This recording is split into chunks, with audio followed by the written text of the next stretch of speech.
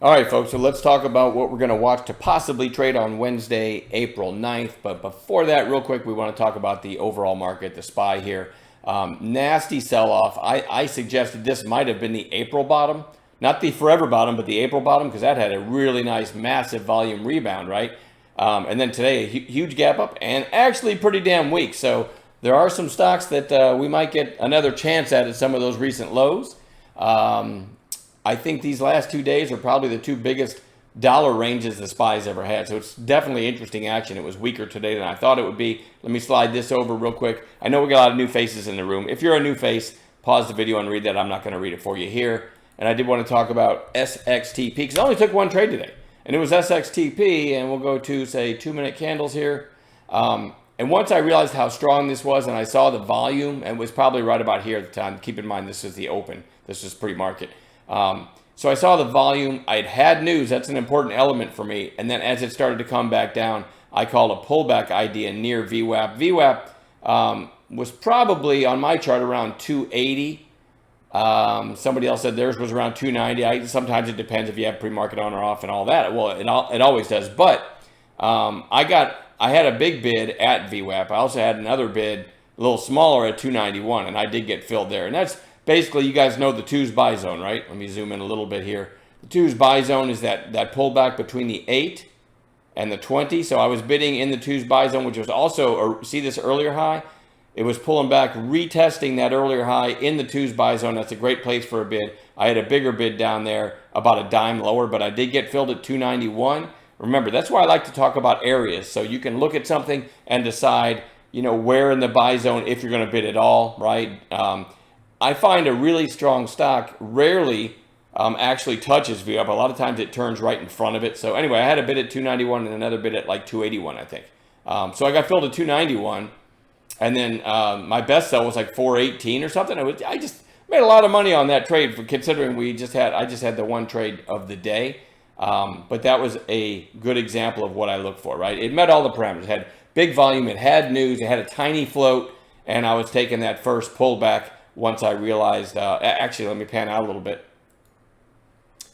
You know what happened here? It broke the pre-market high. So this first pop, I never trust the early trades, pulled back. Once it broke pre-market highs and all those other factors considered in there, then I started watching pullback. So that's when I first put an order out at 291. Anyway, had a really nice trade there. Let's go back to the daily. It doesn't look so great now. Probably going to still watch it tomorrow. But let's talk about what we're watching for tomorrow. NVIDIA. Again, I'd said if this gets back under 90, because yesterday it got to 86.62 and just absolutely ripped, gapped up today. So there's no chart set up here. It's kind of in no man's land. It closed pretty close to where it closed yesterday, but now you've got people that chased it underwater. I'd like to see, it doesn't matter. I don't even talk about what I'd like to see. I'm going to watch the overall market because NVIDIA really trending pretty much exactly with SPY right now. But that is a good candidate for, especially say we get good China news while the market's open. That's going to be one of my go-tos, NVIDIA. And actually another one, I'll just go right to it. BABA. I wanted to have one Chinese stock on watch because as day traders, while we're trading, if we get good tariff negotiation news with China, BABA's gotten killed too. Excuse me, and it's right down into the 200-day, right? So that's a good candidate for a turn back up, especially with good news. So that's going to be my go-to, and NVIDIA. I already told you we're going to watch SXTP, CRWV. Just a recent IPO. This is not a handsome chart. It's only been trading for 3, 6, 8 days.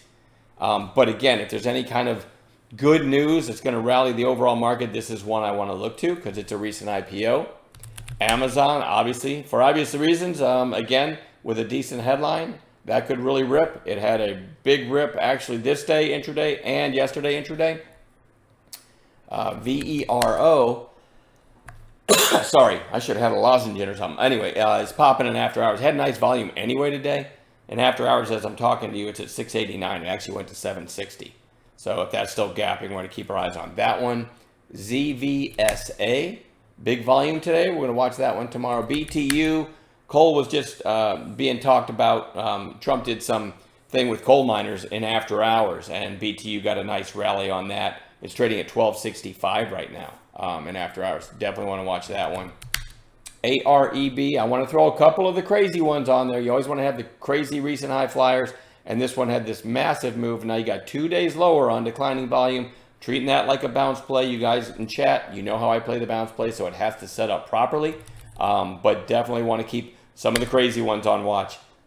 Apple, again, for obvious reasons, if we get good China news, I may just dive right into that one tomorrow.